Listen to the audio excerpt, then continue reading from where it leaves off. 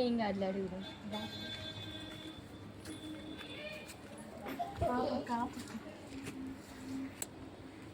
లలిత aunty ఎవరమ్మా? కరీమా ఏందిరా?